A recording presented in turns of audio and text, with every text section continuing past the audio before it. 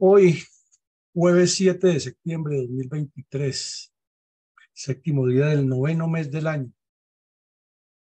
Nos reunimos aquí nuevamente de manera virtual, el equipo de trabajo, con el fin de hacer una valoración, un examen analítico, una revisión histórica, una percepción estratégica de la operación de la Fuerza Aérea y el Ejército que dio como resultado la baja de 5 terroristas de las FARC el 21 de julio de 2014, cuando estaba en pleno desarrollo la farsa de las conversaciones entre los delegados del señor Santos y los terroristas de las FARC en Cuba.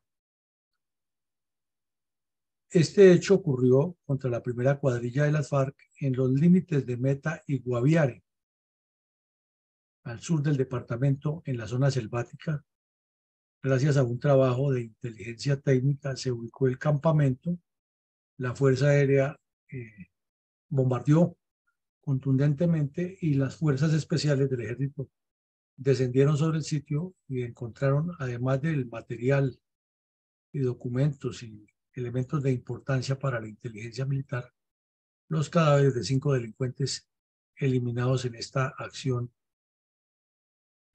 sorpresiva, contundente e importante de las fuerzas militares. Entonces hoy analizaremos algunos aspectos generales de lo que ha sido la incidencia de este grupo narcoterrorista, en especial después del inicio del Plan Renacer y de la supuesta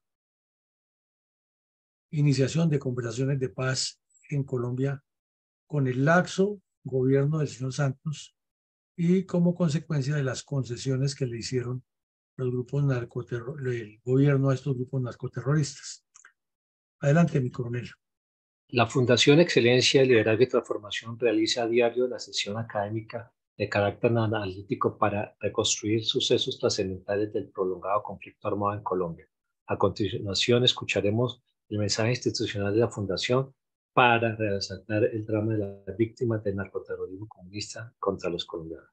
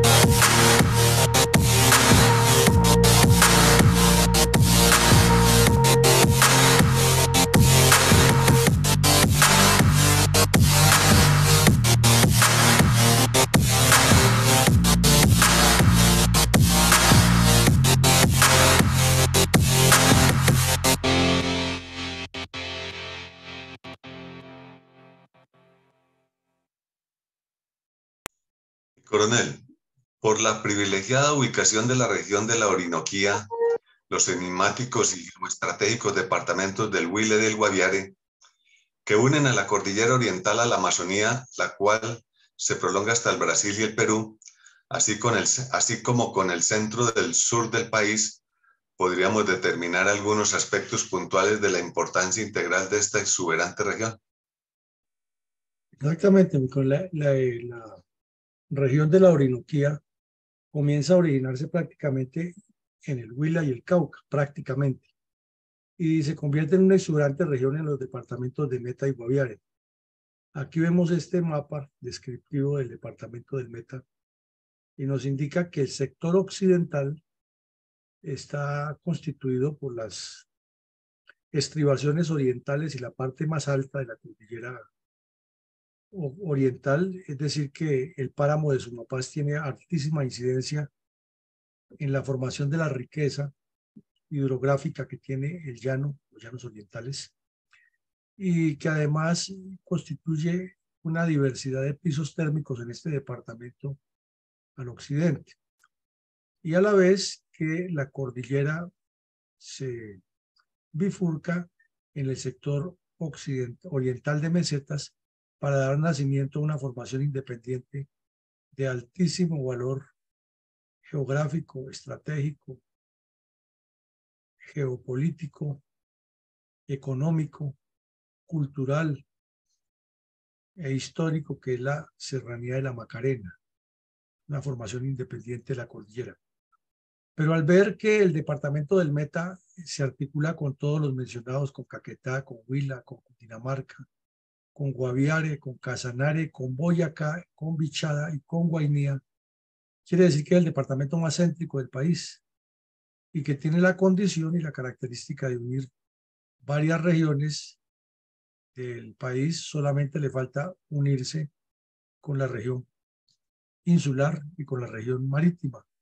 El resto tiene unidad con todo el resto con todos los demás departamentos y zonas del país. Como vemos, tiene alturas bien importantes de más de 4.000 metros en la zona del páramo y tiene alturas sobre el nivel del mar en la zona del llano. Toda esa belleza y toda esa riqueza en unas distancias inferiores a 200 kilómetros. Como ocurre con varios departamentos, sobre todo de terreno plano, unas distribuciones bastante arbitrarias, como es el oriente de Cundinamarca, por una línea recta que no es sino imaginaria en el terreno, y que para los habitantes de la región los pone como en esa duplicidad, si pertenecen, por ejemplo, aquí a Barranca de Upía o pertenecen a Medina, Cundinamarca. Igual al sur, vemos que está el municipio de La Macarena, y no se sabe si pertenece la gente que está metida en esta zona selvática realmente a La Macarena o al departamento del Guaviare. Y al oriente, otra línea arbitraria recta que da unos límites más que imaginarios con el departamento de Bichada, ya que ahí para allá es llano y lleno de morichales, como en la canción. El departamento es irrigado por varios cursos de agua que vienen todos desde el oriente y descienden desde el occidente y descienden al oriente para irrigar los ríos más conocidos y famosos de la región, de una zona que es de alta potencialidad de comercio fluvial y desarrollo fluvial, pero que infortunadamente el comercio y el desarrollo fluvial han estado en manos de las FARC y del narcotráfico durante muchos años. La zona del Bajo Ariari, que es donde más se ha presentado conflictividad y es donde ocurrieron los hechos aquí en el sector de los límites de Macarena con el Guaviare,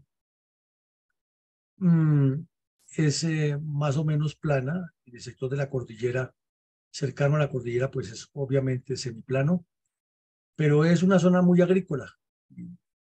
Muchos de los productos de clima cálido que se consumen en Bogotá y en otras partes del país salen de allí. Las papayas, las piñas, ganadería, carne de llano viene mucha. Cacao también ya se está produciendo. Café en la parte baja de la serranía, madera. Es decir, es una zona muy rica, muy productiva, pero controlada por bandidos. Y aquí vemos el departamento del Guaviare, que nos da otra idea de cómo la Amazonía va convirtiendo el llano en selva.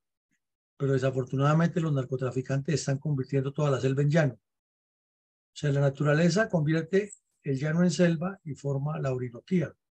Y los narcotraficantes y las FARC se han ido encargando de convertir esa selva en llano al deforestarla pero sin embargo sigue siendo muy exuberante a pesar de todo el daño que se le hace diariamente. Tiene algunas pequeñas serranías. La más conocida es la de Chiribiquete, que tiene territorio dentro de Caquetá y dentro de Guaviare, y al sur del departamento, y otras serranías más pequeñas adentro de la selva y demasiados cursos de agua. Entonces, la exuberancia de la selva se mantiene por las grandes lluvias, las permanentes lluvias que hay, afortunadamente, para el equilibrio del ecosistema planetario, y también para la exuberancia que produce la gran cantidad de ríos que nacen y de quebradas que nacen de el mismo, como dicen los campesinos, ojos de agua dentro de la selva, más los que vienen ya desde la cordillera, que además lo que hacen es recibir a todos estos tributarios que van dándole una riqueza hidrográfica excepcional a esta región. El departamento de Guaviare también está geoestratégicamente muy bien ubicado, es el sur del Meta, pero por su posición se encarga de articular lo que viene de la zona andina por el Caquetá y por el Cauca hacia el oriente, con todo el oriente del país, y también limita con los departamentos de lo que llamaban los antiguos territorios nacionales, y se convierte prácticamente en un epicentro, porque solo le faltan límites al departamento del Guaviare con el Putumayo y con Arauca. Por lo demás, el Guaviare limita con todos, con Meta, Casanare, Bichada, Guainía, Baupés, Amazonas y Caquetá. Y al estar metido en todo este emporio, pues se convirtió en el desafortunado centro del narcotráfico. Es que miremos que la ubicación geográfica le da esa desgracia al departamento del Guaviare en esa proyección de la delincuencia. Es lo mismo allí, límites de Meta y Guaviare y Caquetá, o sea, en esta especie de triángulo que se forma al occidente de la Serranía La Macarena, se fue fortaleciendo de tal manera las FARC que su retaguardia estratégica la montaron ahí. Entonces, eso es una importancia geoestratégica fundamental de esos dos departamentos. Y quizás con eso entendemos por qué Tiro Fijo, siguiendo las instrucciones del Partido Comunista, montó su imperio y su emporio durante tantos años allí, y al lado del Mono Jojoy, que era su alumno predilecto. Adelante, mi coronel. ¿Quiénes eran para la época de los hechos los cabecillas de la primera cuadrilla de la FARC y cómo afectó esta operación militar la proyección geoestratégica del cartel de la FARC? Bueno, ahí los vemos en la foto a los tres: a Iván Mordisco, a Gentil Duarte y a Calarcá. Ya hemos visto varias veces que el surgimiento de esta supuesta disidencia ocurre cuando, en apariencia, este bandido Néstor Gregorio Vera alias Iván Mordisco, que era el segundo al mando de la cuadrilla, le dice a este, que era el tal Gentil Duarte, que no va a aceptar los diálogos, que no acepta los pactos de farsantos, pero ya sabemos que era por el narcotráfico, no por ideología. Y entonces este sujeto, que era el cabecilla principal, el Gentil Duarte, se convierte en el mandadero, en el correvedile, va y viene, hasta que al fin se salen con la suya y no aceptan firmar nada y se quedan con la estructura más grande. Si damos unos meses atrás para revisar por qué era la estructura más grande y la más fuerte, es que este era el bloque, primero el frente número 1 de las FARC, fue la primera organización de las FARC que la creó el propio Tiro Fijo. Segunda medida era el bloque predilecto del Mono Jojoy, porque ahí estaban todos los más cercanos de él, sus amiguis. Recordemos que de ese bloque, de ese frente nacieron el 7, el 23, el 27, el 26 y otras cuadrillas que estaban delinquiendo en los llanos, la 43, la 40, todas nacieron de ese primer bloque, de esa primera cuadrilla, el primer frente. Y que ese fue el que tuvo secuestrados a los americanos, militares y policías y a una ex candidata presidencial, que cuando se produjo la operación Jaque, los dos cabecillas principales cayeron, o sea, Gafas y César, que haciendo un paréntesis, ya ahora el señor Gafas es mediador de paz con esos mismos bandidos, o sea, con los que lo formaron y los que lo tuvieron como la estrella del terror en las selvas del Caquetá. Y ahora el señor Petro lo manda a negociar con los mismos. Imagínense ustedes lo que va a negociar. Pero bueno, volviendo al tema, como se quedan detenidos los dos, César y Gafas, suben estos dos, Botache, Santana, Villa, o sea, Gentil Duarte y Néstor Gregorio, alias Iván Mordisco. Y este bandido, que era el tercero, termina ahora entre los principales en Venezuela y es uno de los que más le brinda combate a la Fuerza Armada venezolana durante la pelea que tuvieron hace 2 años por controles de rutas entre el Cartel de los Soles y las FARC, en la cual intervinieron a favor del Cartel de los Soles de Venezuela, la segunda Marquetalia de Iván Márquez y el ELN. Esta misma cuadrilla es la que acaba de perpetrar una masacre de bandidos del ELN el fin de semana y la dirigió Mendoza en el área y la ordenó Iván Mordisco. Y Iván Mordisco es el que está dirigiendo al mismo tiempo que el comisionado de paz, que dice que hasta ahora son guerrilleros que se están conociendo, se reúna con él en el Cauca a hablar. O sea, es toda una historia, todo un entorno complejísimo. Para la época de los hechos, entonces, nos queda claro que ya no estaban César ni Gafas, que fueron capturados en el 2008, y esto ocurre en el 2014. Ya estaban estos 3 delincuentes.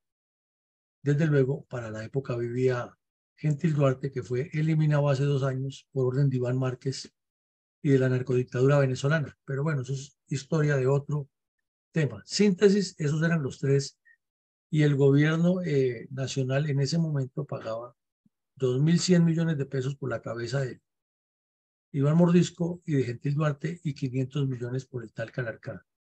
Hoy Calarcá ya se ha cotizado en la bolsa, eso vale más y es prácticamente el segundo de Iván Mordisco en toda esa zona y es el que le ha dado la guerra al ELN en Arauca y a la segunda Marquetalia.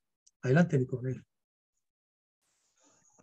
Mi coronel, ¿cómo describió la Fuerza Aérea Colombiana en su página de internet los resultados de la contundente operación aeroterrestre que condujo a la baja de 5 terroristas de las FARC en límites de los departamentos de Meta y Guaviare en el 2014? Bueno, mi coronel, antes de mirar eso, miremos un poco los antecedentes para entender aún más cuál es el cuadro operacional, cuál es el cuadro estratégico de lo que ocurría. Resulta que en el 2012, finalmente, para poder iniciar el show en La Habana, las FARC se vieron obligados a liberar a los últimos 12 secuestrados militares que tenían y policías. Y la señora Piedad Córdoba montó el show del siglo y trajo un poco de señoras de varios países. Nunca se supo quién financió el viaje de todas las señoras de todo ese grupo. Pero era un río de gente. Y las tenía con ramos de flores y con un espectáculo, con papayera y fanfarria en el aeropuerto Vanguardia de Villavicencio, para cuando llegaran los secuestrados, Piedad Córdoba se botaba de cabeza y salía por los medios de comunicación como la salvadora, diciendo que ella era la que ha logrado, pensando en que iba a ser la candidata presidencial de las FARC por medio de lo que ella llamaban la marcha patriótica.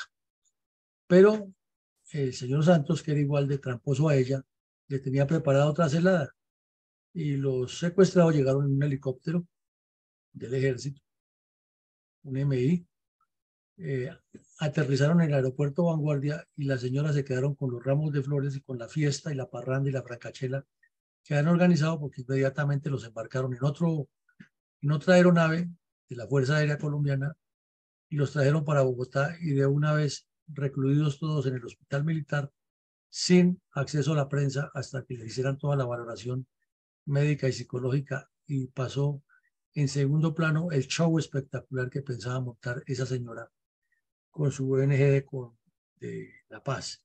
Entonces ese fue un golpe duro porque la Fuerza Aérea les había bombardeado un campamento hacía poco y le siguió bombardeando otros campamentos en Arauca. Entonces la presión militar era importante. El La maniobra que le hizo el señor Santos a Piedad Córdoba desarmó completamente el show, le bajó el perfil y las FARC perdieron otro round psicológico. Ya lo mencionamos, una gran cantidad de operaciones aeroterrestres en Meta y Arauca, algunas las hemos visto aquí, muy contundentes. Desde luego las FARC también causaron varias bajas, sobre todo a los batallones que estaban encargados de la seguridad del oleoducto de Arauca. Había habido una operación muy importante recién pasada, la liberación de los secuestrados, que nos parece que este fue como el final del poderío del bloque oriental. ¿Qué ocurrió? Que después de la muerte del Mono Jojoy y de estas operaciones que lo fueron reduciendo, en primera medida se desapareció del escenario político de las FARC el hermano del Mono Jojoy, el tal Granobles. Se especuló mucho que las FARC lo habían fusilado, que se había ido a vivir a Venezuela, que Chávez lo había protegido allá y luego de la muerte de Chávez se había quedado con Maduro. Pero finalmente no quedó claro qué pasó con ese bandido. Y al día de hoy no es clara la suerte del tal Granobles. Entonces, ese fue un golpe duro. Luego la captura de Martín Sombra, que también fue muy importante allá en los límites de Venezuela con Colombia. Pero quizás la más trascendente y que poco impacto se le ha dado es la baja de 26 terroristas del bloque oriental en el Meta. Y eso fue porque se reunieron los cabecillas, entre ellos un sobrino del Mono Jojoy, que era de alto nivel ahí en el bloque oriental, se reunieron en el Meta a replantear el quehacer con base en el Plan Renacer y toda una línea de trabajo para 2 años, mientras terminaba el gobierno de Santos a ver qué hacían. Y resulta que la Fuerza Aérea o el Ejército lo localizó y con apoyo de la Fuerza Aérea bombardearon y cayeron los comandos y hubo un combate casi de 24 horas. Y al final del combate se contabilizaron 26 terroristas, pero lo más importante no era que fueran terroristas comunes y corrientes del bloque oriental, es que estaban varios cabecillas de frente, varios segundos cabecillas y varios responsables políticos de las cuadrillas del bloque oriental. O sea, eran todos cabecillas principales, todos manos derechas del Mono Jojoy, todos formados a imagen y semejanza del Mono Jojoy, hasta su propio sobrino. Y eso quizás fue lo que más aflojó a los bandidos para no volver a cometer ninguna acción trascendental ni en Cundinamarca, ni en Meta, ni en Guaviare, porque la presión militar era muy fuerte. No como decía Santos, que por eso fue que se fueron a negociar a Cuba, no, porque ellos negociaban era por un plan que, como lo estamos viendo ahora, les ha salido muy bien. O sea, hicieron un juego político estratégico y les ha funcionado. Pero en la parte armada sí fueron muy fuertemente golpeados porque perdieron fue a cabecillas en esta operación. Luego vimos que los avances del Pacto FARC-Santos fueron muy pocos, fueron sustanciales para las FARC y muy pocos o ninguno para Colombia, porque ya lo hemos explicado varias veces, en 2013, más o menos como el 14, 15 de diciembre, que ya estaban próximos a entrar en vacaciones de descanso navideño, porque ha sido muy fuerte el estrés de la Calle y sus cómplices arrodillados ante las FARC. Seguramente estaban cansados de contar dinero del que recibían por pagos inmerecidos de tanto viajar y tanto viático y de tomar tanto mojito en Cuba. Estarían cansados, necesitaban un reposo. Entonces el señor Iván Márquez dijo que todo iba muy bien, que eso es una perfección, porque ya lo que se había acordado en el tema agrario iba viento en popa, pero que faltaban algunos ajustes en ese campo para que quedara perfecto, pero que lo más importante de todo era que en ese momento las FARC y el Estado colombiano entraban en armisticio, que ellos iban a iniciar un cese al fuego para la Navidad porque le iban a perdonar la vida a los colombianos durante la Navidad. Estaban buenas personas, pero que lo más importante era que a partir de ahí tenían que lograr un armisticio, 2 estados, el estado de las FARC en gestación y el Estado colombiano en decadencia. Pues eso generó un montón de dudas, de críticas, de comentarios, y la verdad es que ahí se estancaron las conversaciones. De ahí para allá no hubo nada sustancial, ni la agenda trajo nada positivo. Ya fue un show permanente de idas de víctimas a La Habana. Allá estuvo hasta el general Mendieta hablando, no le pusieron cuidado. Ingrid Betancourt, los americanos que estuvieron secuestrados desde Estados Unidos presionando mucho, un poco de delegados internacionales, y pasaron 2 años más sin que pasara absolutamente nada en la mesa, además de perder tiempo y las amenazas, y la holandesa Tania Niemeyer moviéndose como culebra en quema ante los medios de comunicación del mundo, hablando en holandés, hablando en inglés, en francés, en español, con pañueleta de las FARC y boina de las FARC. Hemos dicho, el show maravilloso por todos los lados. Y las FARC diciendo que no, que si no se hacía nada, pues ellos romperían las conversaciones, pero seguían dispuestos a negociar.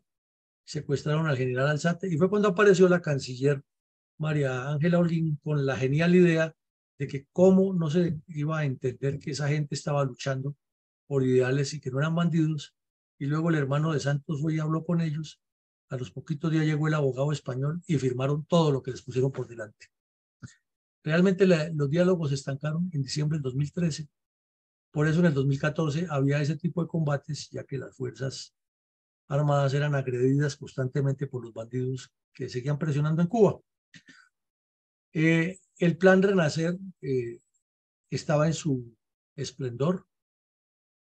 Varias veces las fuerzas militares le encontraron en los campamentos o a los bandidos capturados o dados de baja documentos muy reveladores de todas las instrucciones de cómo continuar la guerra, hacer un repliegue estratégico, pero continuar con pequeñas unidades haciendo asaltos de guerrillas y destruyendo.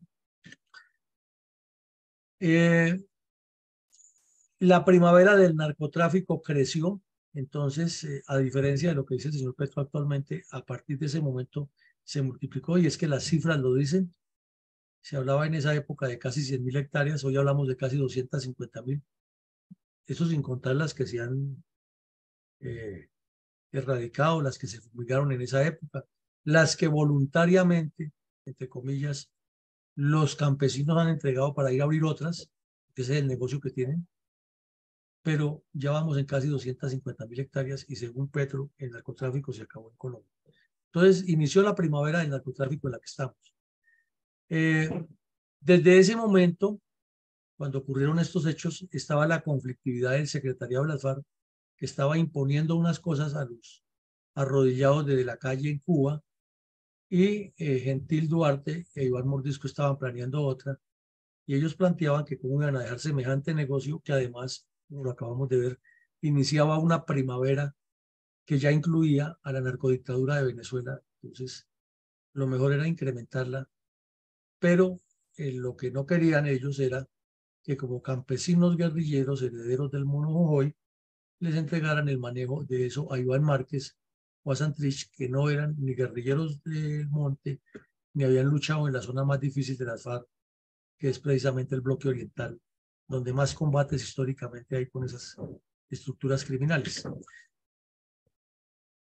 La propaganda por la paz era y sigue siendo la más constante, la más reiterativa, la más incidente en el desarrollo de todo el proceso del plan estratégico de las FARC.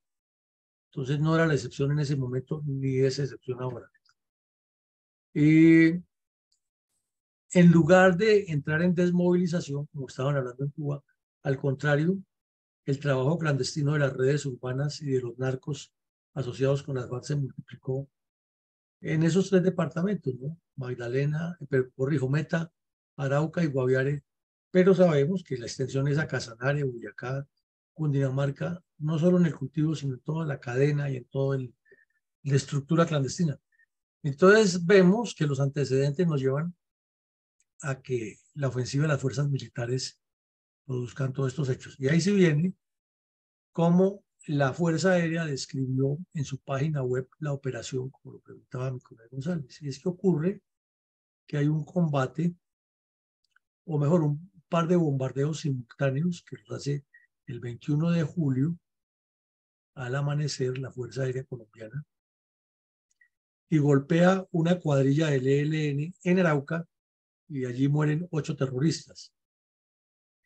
Y al mismo tiempo, otros aviones realizan otro bombardeo más al sur, en el sur del Meta, en los límites con Guaviare, directamente se iba contra Gentil Duarte e Iván Mordisco.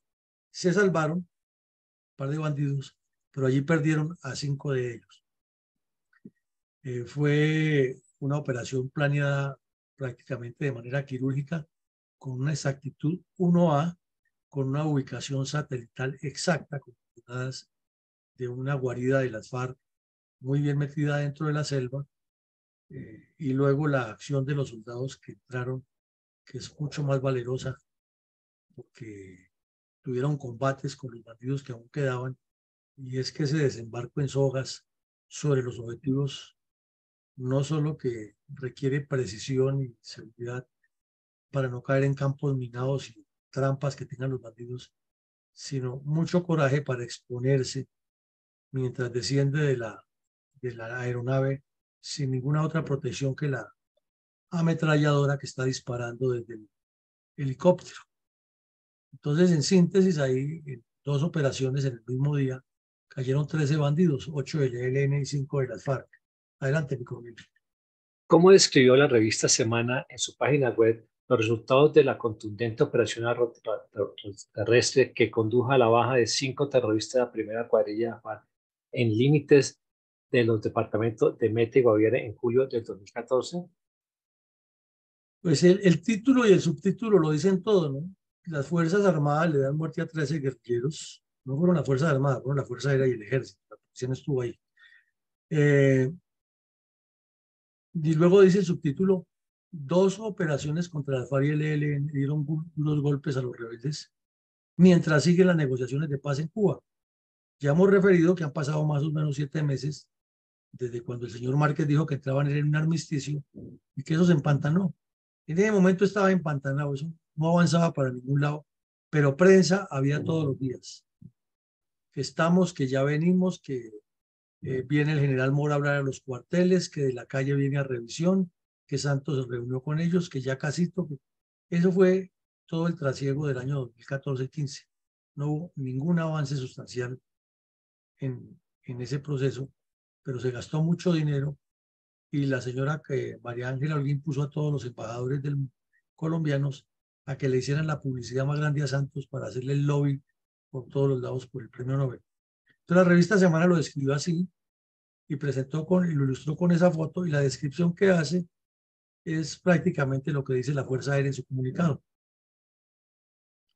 Dice, por ejemplo, que en la ofensiva mató a 13 rebeldes, que el ministro Pinzón desde Tolemaida aseguró que seguirían luchando contra el terrorismo, que en el Meta, en el sur del Meta, hubo el primer combate donde fueron abatidos 5 terroristas, que un comandante de una de las unidades dio declaraciones, y que el mismo día fueron dados de baja 8 bandidos del ELN en otra operación. Esa es la síntesis de lo que dijo la revista Semana.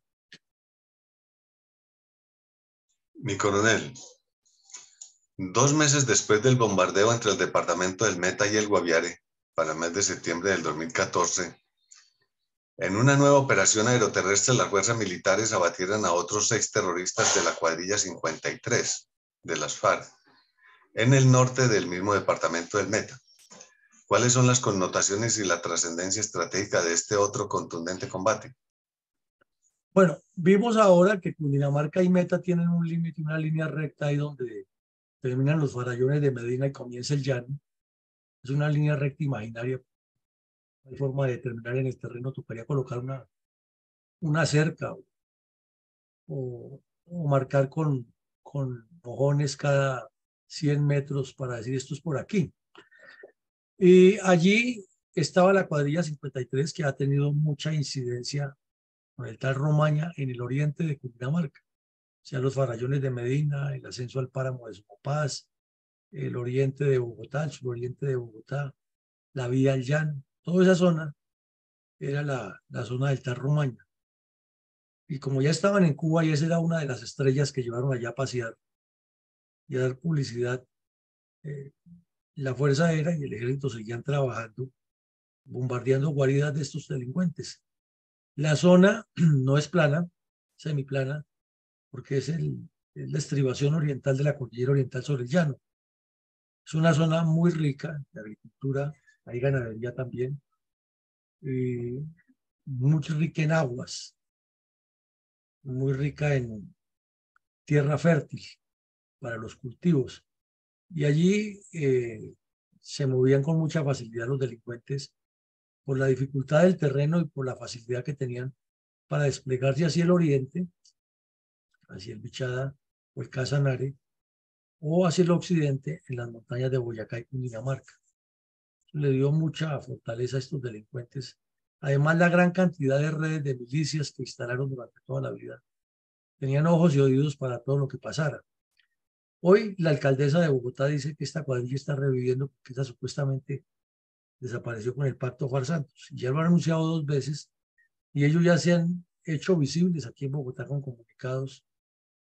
Y el tal Mordisco, que es el jefe de ellos ahora, dice que ahí están, ellos están es para cambiar el país.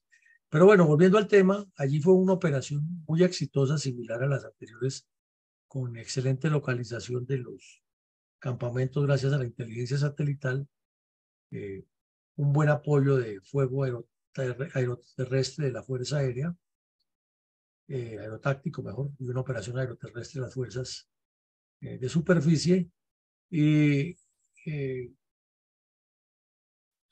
fue dado de baja, entre otros, un sujeto, alias Jason Machado, que era como la mano derecha de Romaña para extorsionar a muchas personas con teléfonos celulares. Extorsionaban a comerciantes, a industriales en Bogotá, transportadores, y en el oriente del país estaban extorsionando permanentemente a los ganaderos y a los finqueros, y cualquier negocio que se mueve en la región tenía que pagarles. Entonces fue dado de baja ese cabecilla, pero no pudieron dar de baja a Giovanni Diablo, que era como el encargado de todas las acciones ya criminales y de los combates, porque se voló. Sin embargo, los soldados encontraron 10 fusiles y una gran cantidad de armas y de municiones, documentos y otros elementos importantes, pero no se logró la eliminación de los cabecillas. Sin embargo, cayeron 6, que fue un duro golpe. Entonces, si le suma los 5 de julio y los 6 de septiembre, fueron 11 bandidos de importancia que perdieron las FARC, más los 26 que luego vinieron en la otra operación que dijimos, que han ocurrido un año antes en la otra operación que dijimos. Como vemos, es toda una historia de combates y de guerras, en el cual ha habido mucha sangre por culpa de estos bandidos, y eso implica e indica por qué Colombia no avanza a pesar de tener tanta riqueza en sus regiones como lo es esta, de los límites de Cundinamarca y Meta. ¿Cómo resalta nuestra fundación el drama de las víctimas del narcoterrorismo comunista practicado por la FARC contra los colombianos?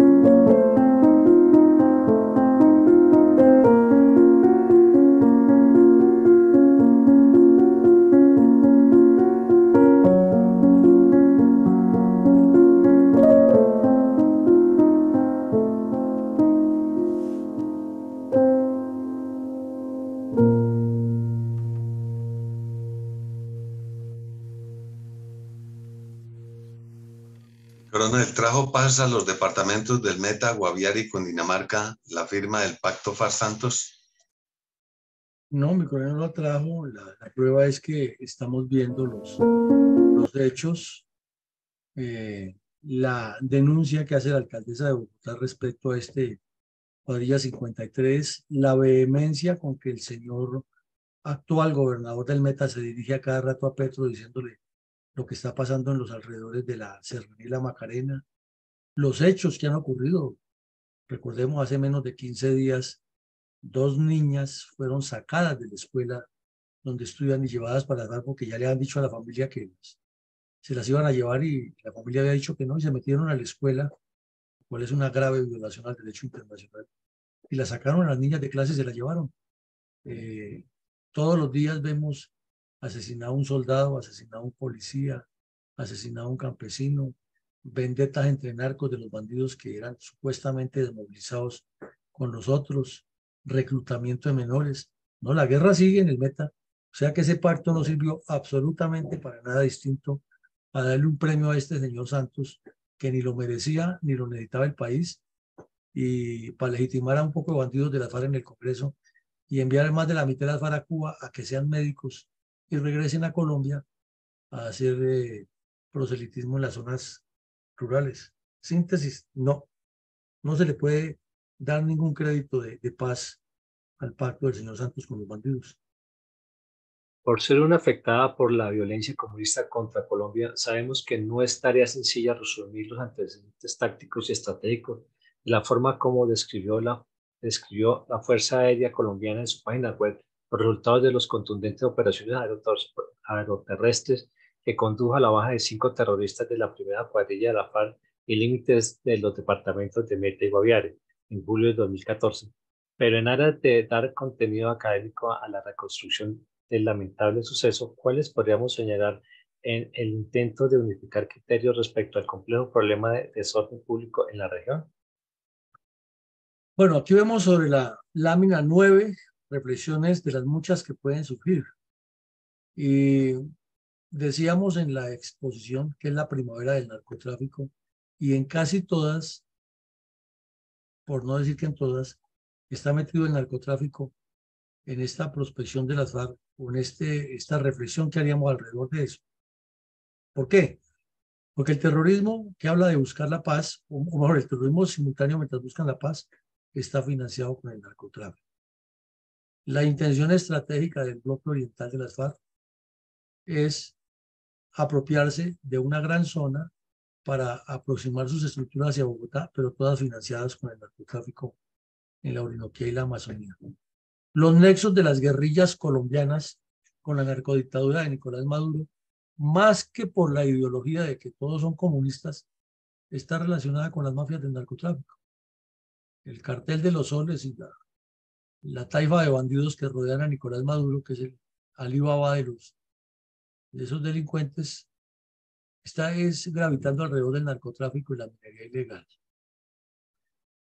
Toda esa masa de delincuentes clandestinos de las FARC que están controlando la región por medio de las milicias y el Partido Comunista Clandestino, lo que no se desmovilizó en Cuba, es dedicado al narcotráfico de lleno, están en su primavera.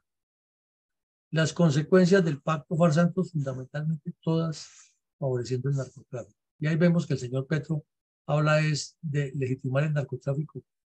Va a hacer una reunión inclusive en Cali con otro que es igual a él, que es con el tal López Obrador, para planear la cumbre mundial de la legalización del narcotráfico, ya que la represión no sirvió.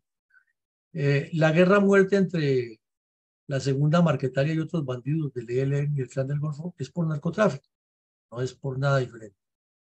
El reclutamiento de estudiantes y campesinos menores de edad está en las zonas donde hay narcotráfico y está financiado por el narcotráfico. Todo el despliegue estratégico que está, o el redespliegue que está haciendo el bloque oriental en la zona donde tiene una intención estratégica grande alrededor del narcotráfico. La financiación de las campañas internacionales de propaganda y la financiación del terrorismo por el narcotráfico. Y el punto central de las negociaciones, narcotráfico. Entonces, todo esto nos da una idea, que detrás de esto están los carteles de la droga y las mafias del narcotráfico con ropaje de las FARC. Adelante, mi coronel González. Gracias, mi coronel. Tengo para después de mi intervención la opinión de mi coronel Alarcón. Sí, claro, adelante. Mi nota de hoy se titula Poder de negociación. Las operaciones aeroterrestres contra los grupos insurgentes en Colombia, dentro de un contexto de guerra irregular, comenzaron a dar grandes resultados con el empleo del poder aéreo, en especial con las operaciones de bombardeo. Estas operaciones se fueron haciendo exitosas no solo debido al gran poder de fuego, sino también a las precisas informaciones de inteligencia adquiridas por medios tecnológicos, tales como el satelital, y al mismo tiempo por la inteligencia de superficie en general.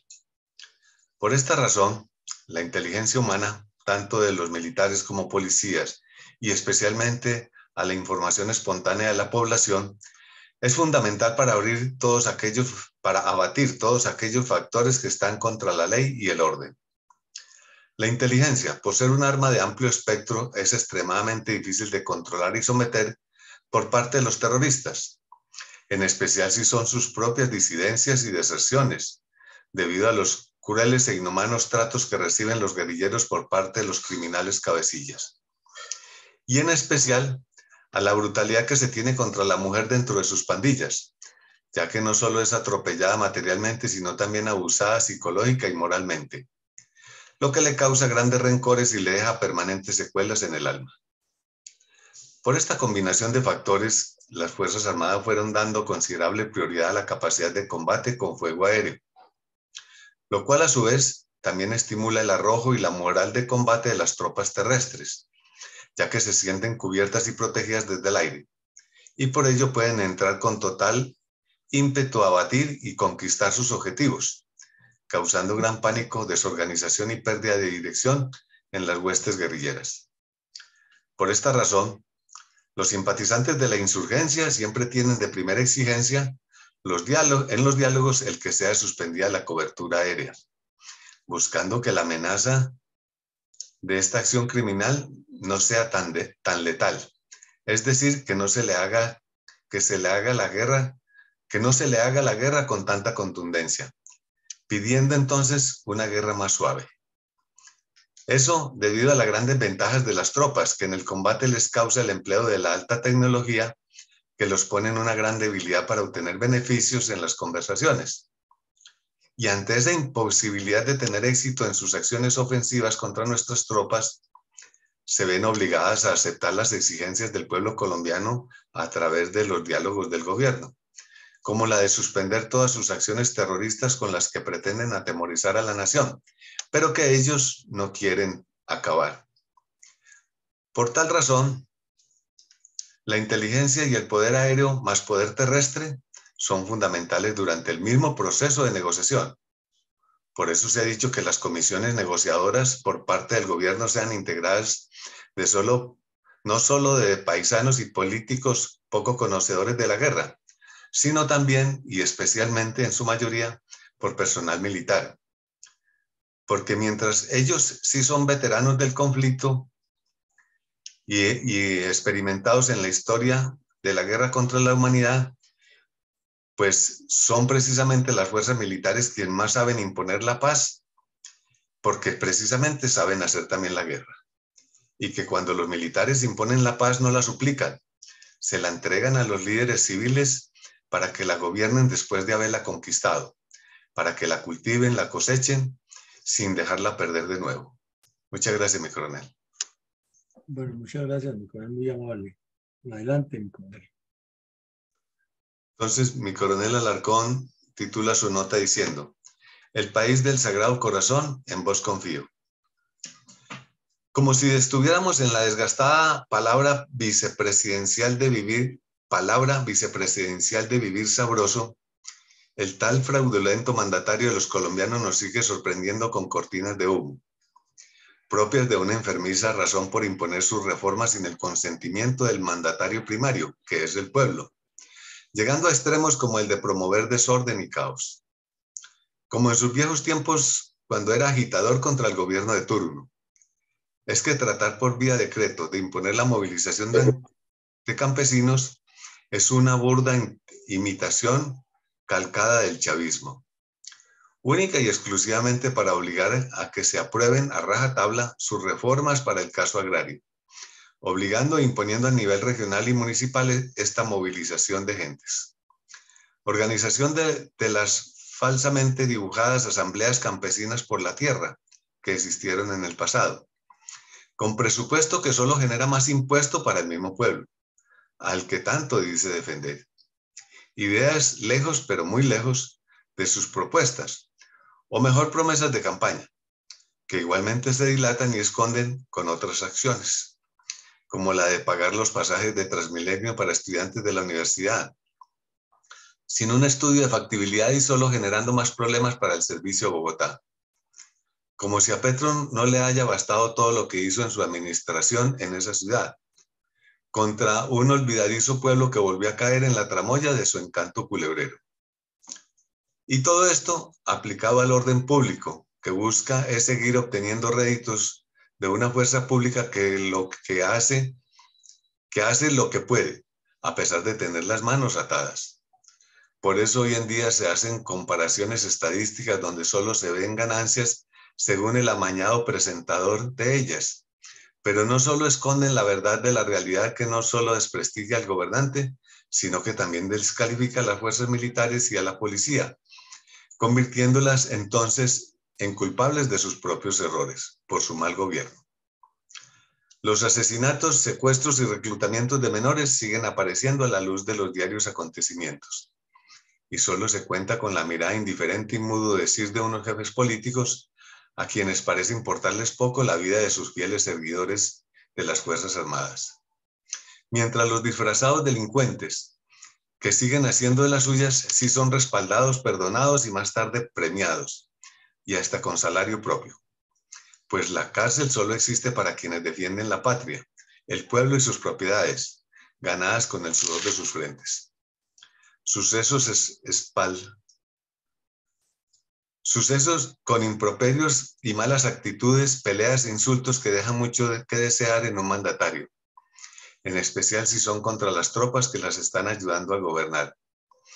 Estas organizaciones campesinas serán la puerta de entrada de los colectivos revolucionarios a acciones antipatrióticas. Y la puesta en la picota pública de nuestros amados héroes que se deben estar revolcando en sus tumbas, pensando que no les valió la pena morir por una injusta causa, defender la vida del pueblo y sus propiedades según los mandatarios. Por eso hoy en día debemos preguntarnos, ¿será que nuestra fuerza pública seguirá impávida viendo cómo la atacan y asesinan sin reacción alguna que sirva de escarmiento para los que piensan seguir por esta senda? Esa es la nota de mi coronel Eugenio. Bueno, muchas gracias, mi coronel Saldaña, buenos días. Buenos días, mi coronel Villamarín. Buenos días, compañeros de esta aula máxima virtual de Fundel y quienes nos escuchan por otros medios. Reflexión al 403 episodio de la memoria histórica de Fundel, jueves 07 de septiembre de 2023. Objetivo Colombia. Hablemos de la religión en el sistema comunista. La ideología marxista hace depender la religión de la base económica y se expresa en la frase famosa de Marx, comillas, la religión es el opio del pueblo. La religión es un reflejo falso y fantástico en la conciencia colectiva de las relaciones de los hombres entre sí y de los hombres con la naturaleza. Explican el nacimiento del cristianismo por la situación social de la esclavitud en la antigüedad decadente y así el catolicismo occidental por las condiciones del feudalismo. El protestantismo sería la adaptación del cristianismo a la forma capitalista. La hostilidad decidida contra la religión nace de ver en ella un instrumento de las clases poseedoras para la explotación que le convierte en un estupefaciente peligroso en manos de los explotadores para defender la explotación y el endurecimiento de la clase obrera. Dicen, el comunismo debe siempre luchar contra la religión. Si en alguna parte pacta con ella, se debe a una técnica que busca mejor oportunidad para la lucha. Esta no debe llevarse a cabo por medios represivos que conducirían a un reforzamiento del sentido religioso. Hasta aquí lo literal. Ahora, de lo dicho y de lo hecho, por lo que hemos visto en estos episodios de los sangrientos actos terroristas, en donde participan sacerdotes que pregonan la igualdad mientras atacan al pueblo colombiano, como son el cura Camilo Torres, pionero de la teología de la liberación, fundador del Frente Unido del Pueblo, Domingo Laín, y otros que nombraremos en otras reflexiones. ¿Quién podría inferir que no son terroristas comunistas infiltrados en la Iglesia? En otro episodio daremos las pruebas de que estos curas no han sido engañados, sino que son comunistas infiltrados a la institución católica. Tal han sido infiltrados a la institución militar otros miembros del comunismo. Caso del capitán que atentó contra el presidente Duque. Mi reflexión, gracias y feliz día. Muchas gracias, mi coronel, muy amable. Vicencio Ortiz. Como es de resaltar al final de cada emisión los análisis y comentarios de los hechos sucedidos en este episodio en el departamento de Meta y Guaviare, regiones azotadas por la violencia durante muchos años. Pero también hay de resaltar el profesionalismo de la Fuerza Aérea y de las tropas de ejército para desarrollar esta operación que dio de baja a estos bandidos. Muchas gracias.